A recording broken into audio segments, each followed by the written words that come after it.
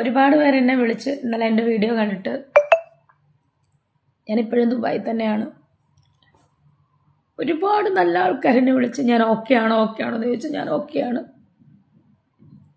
ഞാനിങ്ങനെ ചിന്തിച്ച് ഈ പ്രശ്നങ്ങൾക്കെല്ലാം മൂല കാരണം എന്താണെന്ന്. ഈ പുതിയതായിട്ട് വന്ന പ്രശ്നം. അപ്പോഴാണ് ഞാൻ FB പോസ്റ്റ് കണ്ടത്. നിരവധി പെണ്ണുങ്ങളെയും ആണുങ്ങളെയും തകർക്കുന്നൊരു സ്ത്രീ, പ്രത്യേകിച്ച് എന്നെ കരുവാക്കിക്കൊണ്ട് എന്നെ ടാർഗറ്റ് ചെയ്യുന്നൊരു സ്ത്രീ, അവരുടെ പോസ്റ്റാണ് കണ്ടത്. നിങ്ങൾ പലരും കണ്ടു കാണും. അത് കണ്ടപ്പോൾ എനിക്ക് ഏകദേശമൊക്കെ മനസ്സിലായി. മാനിപ്പുലേറ്റിങ്ങും അതുപോലെ ഒന്നും പറയാനില്ല. എനിക്ക് ആരോടും ഒരു പിണക്കോ പരിഭവങ്ങളോ ഒന്നുമില്ല. എല്ലാം ഒന്നും പറഞ്ഞിട്ടില്ല. എനിക്ക് പറയാൻ തുടങ്ങിക്കഴിഞ്ഞാൽ ഇതിവിടെ അങ്ങും തീരത്തില്ല.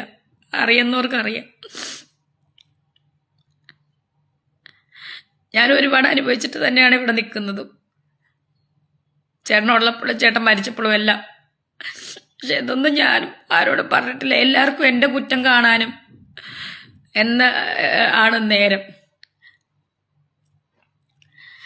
എനിക്കന്ന് 23 വയസ്സേ ഉള്ളൂ. 24 വയസ്സേ ഉള്ളൂ. ഇപ്പോൾ ഒരു 11 വയസ്സുള്ളൊരു കുട്ടിയുടെ അമ്മയായി പൂർണ്ണമായിട്ടും ഞാൻ അമ്മയായിട്ട് മാറിയിട്ടാണ് ഞാൻ സ്വീകരിച്ചവരെ. അതാരും ഓർക്കുന്നില്ല. ഇന്ന് ഈ നിമിഷം വരെ എൻ്റെ കൈ കൊണ്ട് ഞാൻ ഉപദ്രവിച്ചിട്ടില്ല. അങ്ങനെ ഉപദ്രവിച്ചവരുമുണ്ട്. ഇതിനകത്ത് വന്ന ആൾക്കാരിൽ ഉപദ്രവിച്ചവരുമുണ്ട് ആ കുട്ടിയെ. കഥകൾ ഞാൻ കേട്ടിട്ടുണ്ട് ചേട്ടൻ്റെ വായിൽ തന്നെ. ഞാൻ ഇന്ന് വരെ അങ്ങനൊന്നും ചെയ്തിട്ടില്ല. പിന്നെ എന്താണ് എന്നെ കുറ്റപ്പെടുത്തി എനിക്കറിയില്ല. അപ്പം FB ആ പോസ്റ്റ് കണ്ടപ്പോൾ, ആ ഫോട്ടോ കണ്ടപ്പോൾ എനിക്ക് മനസ്സിലായി ആരാണ് എവിടെയാണ് പ്രശ്നം ഉണ്ടാക്കിയെന്ന്, മാനിപ്പുലേറ്റ് ചെയ്യിപ്പിച്ചെന്ന്. എന്നെ ഇപ്പോഴും സ്നേഹിക്കുന്ന ഒരുപാട് നല്ല ആളുകളുണ്ടെന്ന് അറിഞ്ഞതിന് എനിക്ക് ഒരുപാട് സന്തോഷം. എൻ്റെ ലൈഫിൽ ഒരു പ്രശ്നം ഇതുവരെ ഉണ്ടായിട്ടില്ല. അതായത്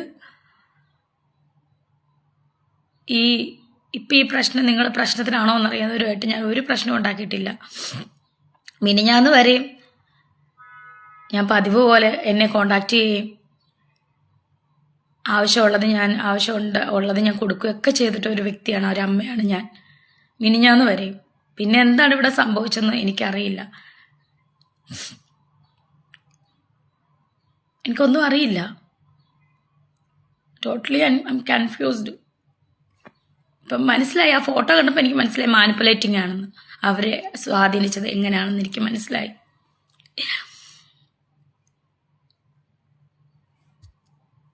ഒരുപാട് പേര് എന്നെ വിളിച്ച് തിരക്കി. ഞാൻ ഓക്കെ ആണോ എന്ന് ചോദിച്ചു. ഇത് എന്നെ നെഗറ്റീവ് അടിക്കുന്നവർക്ക് ഒരു സന്തോഷമായിരിക്കും ഞാൻ ഈ കരയുന്നതൊക്കെ. എനിക്ക് ഒരുപാട് കാര്യം പറയാനുണ്ട്. എൻ്റെ ലൈഫ് സ്റ്റോറി പറഞ്ഞു കഴിഞ്ഞാൽ before suicide and after suicide, അല്ലെങ്കിൽ ആഫ്റ്റർ സൂയിസൈഡ് ഡെത്തിന് ശേഷമുള്ള ഒരു ജീവിതവും എൻ്റെ ജീവിതവും അതിന് മുന്നുള്ള ജീവിതവും എനിക്കും പറയാനുണ്ടെങ്കിൽ അത് പറഞ്ഞു കഴിഞ്ഞാൽ ഇവിടെ ഒന്നും തീരത്തില്ല. എന്നെക്കൊണ്ട് അതൊന്നും പറയിപ്പിക്കരുത്.